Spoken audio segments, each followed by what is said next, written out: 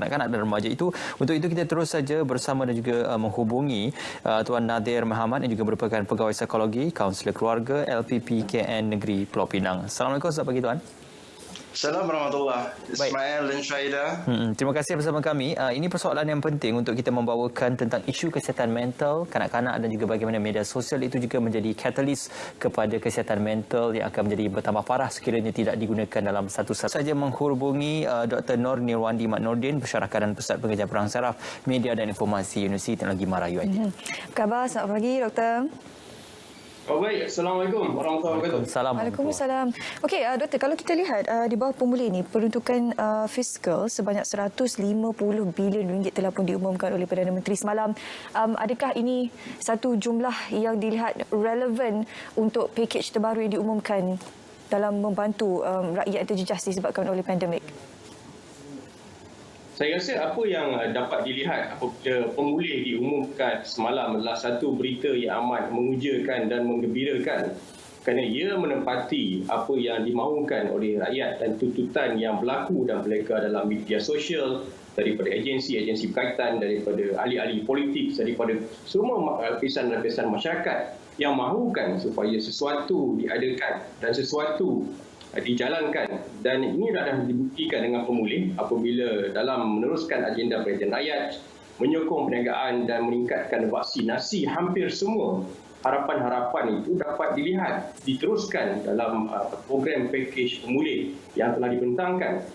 Dan jumlah 150 bilion itulah satu jumlah yang amat besar dan ia bertepatan dengan keadaan sekarang di mana ia memerlukan satu intervensi ekonomi yang berupaya untuk meningkatkan kecairan tunai, yang mampu untuk merangsangkan ekonomi dan yang penting untuk meneruskan kehidupan rakyat dalam masa yang sukar ini. Dan ini merupakan satu perkara yang saya rasa semua perlu bersyukur dan melihat ini sebagai satu benda yang proaktif, satu benda yang merangsangkan, dan seterusnya harapan adalah supaya ini dapat membangkitkan satu proses exit strategi yang lebih baik supaya masyarakat, peniaga dan golongan-golongan yang terkesan dapat memfokuskan dalam memastikan 4 fasa pemulihan negara dan 3 indikator itu dapat dicapai dengan intervensi-intervensi ekonomi yang bagi saya menyifat kecairan tunai yang amat baik untuk pergerakan ekonomi domestik. Ya, Doktor, kita menjadi lebih realistik untuk menilai kembali analisis kepada 150 bilion ringgit peruntukan tersebut. 140 bilion berbentuk peruntukan dari segi moratorium dan sebagainya, dan 10 bilion adalah suntikan secara fizikal terus yang digambarkan di bawah 150 bilion ringgit itu. Jadi bagaimana nilai kepada mungkin jumlah moratorium, subsidi upah dan juga beberapa perkara-perkara yang menjadi pengecualian kepada suntikan fizikal di bawah 10 bilion ringgit itu merupakan satu perbandingan yang boleh kita lihat. Adakah 10 bilion ringgit yang diberikan bantuan tunai itu mencukupi dalam perihal kita kepada fasa pemulihan negara? Dalam kita membicarakan isu keselamatan ekonomi yang berkait dengan keselamatan kesihatan, maka kita harus bersifat realistik dalam melihatkan elemen-elemen yang berkepentingan masyarakat, elemen-elemen yang berkepentingan ekonomi khususnya perniagaan, dan elemen-elemen yang berkisar tentang isu-isu dalam keselamatan kesihatan, iaitu khususnya tentang pemberian vaksinasi itu sendiri berlaku. Dan elemen-elemen yang bentuk fiskal injection secara terus direct kepada masyarakat ini bukan satu perkara yang perlu dilihat sebagai untuk meningkatkan kecairan tunai dan memberikan satu kelapangan dari segi psikologi untuk memberikan satu ketenangan emosi pada masyarakat untuk menghadapi satu proses pemulihan negara yang sedang berjalan. Dan sudah tentu bantuan-bantuan ini akan dibandingkan dengan bantuan secara keseluruhan, tapi dari segi dasarnya aspek kecairan tunai itu perlu dimakinkan dan jumlah yang telah diperuntukkan mampu untuk meningkatkan kecairan tunai, untuk memberi sedikit ruang, sedikit kelegaan khususnya untuk merancangkan perbelanjaan domestik dan memberikan satu bentuk keapungan kecairan tunai yang bagi saya mencukupi buat pada masa ini untuk mengalami proses pemulihan negara. Jadi inilah perkara yang perlu dipahami dalam konteks masyarakat, kerana kita dalam antara sebuah negara yang bernasib baik kerana telah mempunyai moratorium sebanyak 2 kali, sekali tahun lepas dan sekali tahun ini. Dan juga kita juga telah berjaya menggunakan elemen-elemen seperti penggunaan air Cina dan air Citra sebanyak 2 kali. Dan ini merupakan satu harapan dan hasrat supaya pergerakan-pergerakan ekonomi seperti ini dilihat. Dan subsidi-subsidi upah yang diberikan yang tidak lagi melihat bertangga-tangga gaji dan seterusnya dan bernilai yang amat tinggi, lebih kurang 3.8 bilion dalam program subsidi upah 4.0 juga melihatkan satu bentuk keapungan dan kecairan tunai. Jadi peringkat-peringkat ini perlu dilihatkan. Kerana bagi rakyat, secara tangiblenya, mereka ingin lihat kecairan tunai itu berlaku. Mereka ingin memegang cash itu, mereka memegang aliran tunai.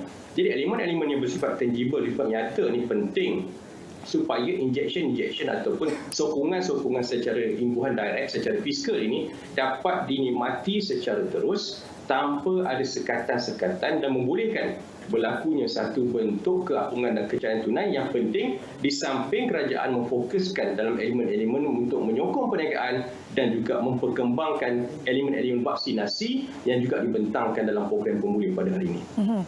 Doktor kerap kali menyebut berkenaan kecairan tunai. Kalau kita bawa kecairan tunai ini ke dalam program iCitra umpamanya, kalau kita seperti semua sedia maklum, sebanyak 12.6 juta ahli KWSP akan mendapat manfaat daripada program iCitra ini, dan kita semua sedia maklum bahawa wang-wang ini adalah wang simpanan individu yang mencarum di KWSP dan sebagainya. Jadi bagaimana kecairan tunai yang doktor kerap kali kongsikan sebentar tadi boleh membantu mereka ini menggunakan, dalam kata menggunakan duit mereka untuk perbelanjaan harian di kala pandemik dan sebagainya. Adakah ini satu petanda yang positif untuk mereka menggunakan wang tersebut dan membantu mereka meningkatkan kehidupan mereka di kala pandemik ini?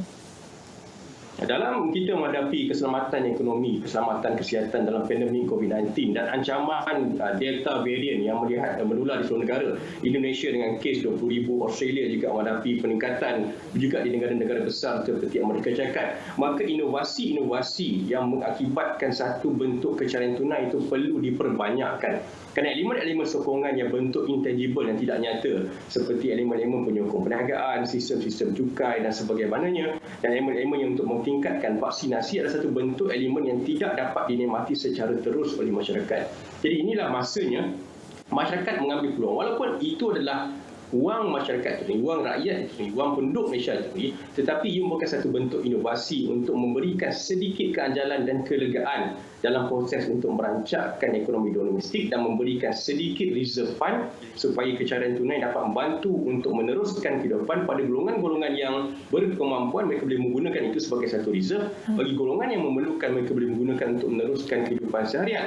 Dan ini penting kerana kombinasi pelan ekonomi seperti ini yang berbentuk kecairan tunai, berbentuk tidak nampak dan berbentuk satu proses untuk mempertingkatkan persaingan ekonomi dan merancangkan ekonomi dalam kehadapan proses pemulihan negara ini satu bentuk elemen yang kritikal. Jadi gabungan-gabungan ini perlu dipahami oleh masyarakat. Dan kita lihat juga kita mempunyai satu bentuk diskaun dalam bil elektrik, ya, juga kerajaan juga membincangkan untuk memberikan imbuhan-imbuhan secara tunai kepada golongan-golongan tertentu, B40 dan M40 khususnya golongan yang tergar, dan juga food bank itu yang sepatutnya telah lama diberikan oleh golongan-golongan khususnya daripada ahli-ahli politik tanpa mengira latar belakang mereka, juga satu bentuk proses yang boleh merencanakan satu bentuk kecairan tunai, penyokongan perniagaan dan perlangsungan kehidupan bagi golongan-golongan yang terjejas teruk dalam menghadapi elemen-elemen berhubungan pandemik COVID-19 pada hari ini. Okey, dalam program subsidi upah yang diteruskan juga, ia merupakan salah satu daripada inisiatif untuk memastikan supaya kelangsungan pekerjaan dan juga job security itu dapat dipastikan, khususnya kepada para majikan yang mungkin sudah tidak dapat lagi menanggung bebanan keuangan untuk membayar gaji dan juga membayar pekerja-pekerja mereka. Cuma dalam perihal ini, untuk kita membeli ataupun melanjutkan sedikit masa supaya kita dapat bebas daripada pandemik ini, dan di samping itu perniagaan-perniagaan ini tidak terjejas dengan teruk. Jadi apa pandangan doktor dalam melihatkan kepada ini merupakan salah satu daripada bebanan yang ditanggung oleh majikan juga untuk memastikan satu, kelangsungan pekerjaan, dan yang kedua untuk memastikan pembayaran itu adalah mengikut jadual pembayaran seperti yang normal dan juga seperti yang asal dalam perjanjian antara majikan dan juga pekerja, dan bagaimana subsidi upah ini boleh membantu merealisasikan perkara tersebut. PSU 4.0 yang berjumlah lebih kurang 3.8 bilion yang diumumkan dalam pemulihan adalah satu mekanisme untuk membantu menyokong perniagaan khususnya industri-industri majikan-majikan yang terkesan untuk membayar upah. Dan kita sedia maklum bahawa kluster-kluster hubung sektoral tempat kerja dan perkilangan ini adalah antara penyumbang-penyumbang utama khususnya dalam lingkaran ataupun peningkatan pandemik kes-kes pada kali ini. Maka ini adalah penting untuk melihat bersatu proses supaya 2.7 juta pekerja-pekerjaan ini juga dapat diimbangkan, dapat ditimbal balik supaya mereka yang diberikan subsidi upah ini juga dapat untuk mengurangkan risiko-risiko daripada berlakunya peningkatan dalam kluster-kluster tempat kerja ataupun kluster hubung sektor perkilangan. Kerana ini adalah aspek kritikal. Kerana kita memerlukan satu permainan masa, satu strategi yang berkaitan dengan proses pemulihan negara, yang berkaitan dengan pemberian vaksinasi dengan satu mekanisme untuk mengurangkan tekanan-tekanan pada majikan dan juga mengaktifkan balik kelangsungan ekonomi. Jadi kalau kita lihat diskusi ataupun komen-komen dalam sosial media atau media sosial banyak berdiskusi secara interak meminta supaya ditutupkan sektor-sektor ekonomi khususnya sektor-sektor perkilangan. Tetapi inilah satu keputusan di mana ia perlu dilihat daripada segi kelangsungan ekonomi. Maka subsidi upah ini boleh distrategikan dengan mempertimbangkan sektor-sektor yang tidak mustahak, sektor-sektor yang boleh dibeli kelonggaran supaya kita boleh menghadapi pelan pemulihan negara dengan lebih berstrategi. Kerana elemen vaksinasi ini, exit strategi ini harus dirangka dengan elemen-elemen kumpulan secara sektoral. Dan sektoral khususnya elemen perkilangan dan pekerjaan-kerjaan kluster kerja ini adalah satu sektoral kritikal bagi membendung supaya elemen-elemen peningkatan COVID-19 dan R0 yang berlegas ke 6.9, 0.9 dan 1.0 itu tidak terus meningkat. Jadi saya rasa ini adalah satu keputusan yang tepat, tetapi pada masa yang sama juga satu bentuk keyakinan harus diberikan kepada pekerja-pekerja ini daripada majikan-majikan mereka supaya majikan-majikan juga terus menyokong dasar-dasar yang berkepentingan pekerja dan juga membantu pihak kerajaan untuk merealisasikan hasrat untuk menaikkan keapungan ekonomi di samping memastikan SOP itu terjaga dan diselia dengan baik. Kalau satu lagi di bawah pemulihan ini kita ada bantuan khas COVID-19 antara bantuan tunai terbaru yang diumumkan di bawah pakej pemulihan ini untuk kategori isi rumah golongan rentan B40, M40 untuk yang dah berkahwin bujang pun dapat manfaatnya. Jadi mungkin sedikit cadangan daripada Dr. Nirwandi bagaimana untuk mereka yang menerima manfaat daripada BKC ini boleh merancang kedudukan kewangan mereka daripada bantuan yang diberikan oleh pihak kerajaan.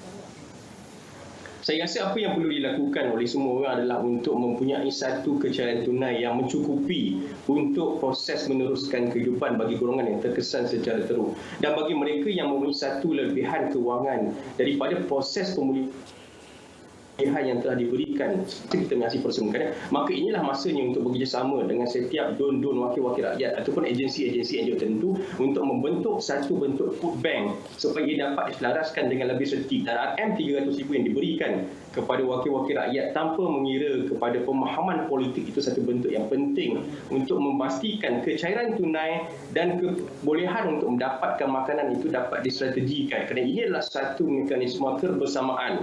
Dan walaupun di satu jumlah yang saya rasa adalah amat sederhana, tetapi pada masa sama ia harus distrategi dengan strategi-strategi yang berkesan seperti lain demi memastikan sekurang-kurangnya kenyataan ataupun benda yang nyata, perolehan tunai dan cara untuk kita mendapat makanan itu untuk golongan terkesan dapat diteruskan di samping aktiviti-aktiviti yang berjalan secara intangible menyokong perniagaan dan proses untuk meningkatkan vaksinasi negara. Okey, Doktor, ini persoalan penting kerana apakah dengan kenaikan harga minyak dan juga dengan kenaikan harga minyak sawit juga boleh membantu mendorong untuk penambahan pendapatan negara dan itu juga memungkinkan untuk banyak lagi bantuan-bantuan seperti ini dihadirkan dan juga diterjemahkan dan bagaimana pula situasi pendapatan itu boleh kita banding bezakan dengan peruntukan yang sentiasa perlu dikeluarkan oleh kerajaan dalam menghadapi pandemik COVID-19 ini. Saya rasa ia memerlukan satu gabungan pemahaman oleh masyarakat bahawa kita tidak boleh terus menggunakan reserve secara jangka masa yang panjang. Disebab itu strategi-strategi penggunaan apabila berlakunya peningkatan dalam harga sawit, peningkatan dalam elemen-elemen yang memberi keapungan ekonomi yang lebih baik kepada negara, maka ia juga harus dibelanjakan dalam sektor-sektor berteraskan elemen-elemen untuk membentuk dan membendung pandemik COVID-19 yang terus berlaku. Tetapi pada yang masa yang sama, rakyat dan masyarakat juga harus faham strategi-strategi yang bersifat menyokong keanjalan ekonomi, kecairan tunai yang membantu rakyat itu harus diselaraskan dengan lebih berhati-hati. Kerana dalam menghadapi COVID-19 dengan delta varian varian dan proses vaksinasi yang sedang berlangsung, maka kehujaan untuk memberikan subsidi-subsidi secara direct yang terlebihan juga mampu untuk merencatkan ekonomi negara. Jadi inilah saya rasa bukan satu package yang telah digabungkan dan telah dibentukkan supaya pada masa ini, sekurang-kurangnya pada tempoh 6 bulan ini, rakyat mempunyai satu kecairan tunai yang mencukupi, sederhana, walaupun mungkin tidak mewah, tapi cukup untuk memastikan pelan pemulihan negara itu berjalan lancar.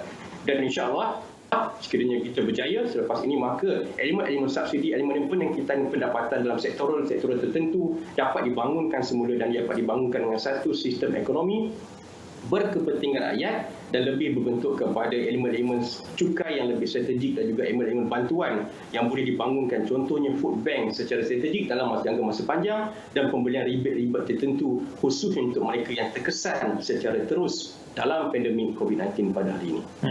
Okey, baik. Mungkin terakhir kata daripada Dr. Nirwandi untuk mereka yang bakal mendapat manfaat daripada program daripada bantuan pemulih ini, sedikit saranan untuk mereka ialah memastikan agar kedudukan kewangan mereka sentiasa ada dan juga sekurang-kurangnya mencukupi untuk menghadapi hari-hari yang akan datang. Secara ringkas, Dr. silakan. Ini ada satu elemen yang menarik yang berlaku dalam negara kita, kerana dalam peningkatan Delta variant dan dalam kita menghadapi satu proses vaksinasi yang mungkin akan tamat dalam hujung tahun ini, maka rakyat harus peka dengan keadaan sekeliling, menjadi masyarakat yang konstruktif, memberi idea-idea dan memohon satu bentuk permohonan dan bantuan dengan memberi satu komen-komen membina dan mencadangkan apa yang baik untuk negara. Dan kebersamaan ini penting demi untuk memastikan kelangsungan secara bersama, kerana ini sebuah ujian dan satu tiada pusat rujukan selama ini, dan strategi seperti ini harus terus dimakinkan dengan suara-suara rakyat, dan rakyat juga harus bersyukur dan memanfaatkan apa yang ada dan terus memberikan sokongan untuk memutus kebersamaan dalam kita memastikan pelan pemulihan negara dapat berjalan pada menepati sasaran pada hujung tahun ini. InsyaAllah. Terima kasih atas pandangan yang diberikan dan juga dikongsikan oleh Dr. Nirwandi ketika tadi. Terima kasih Doktor kerana bersama dengan kami. Itu dia Dr. Nirwandi Nordin yang juga merupakan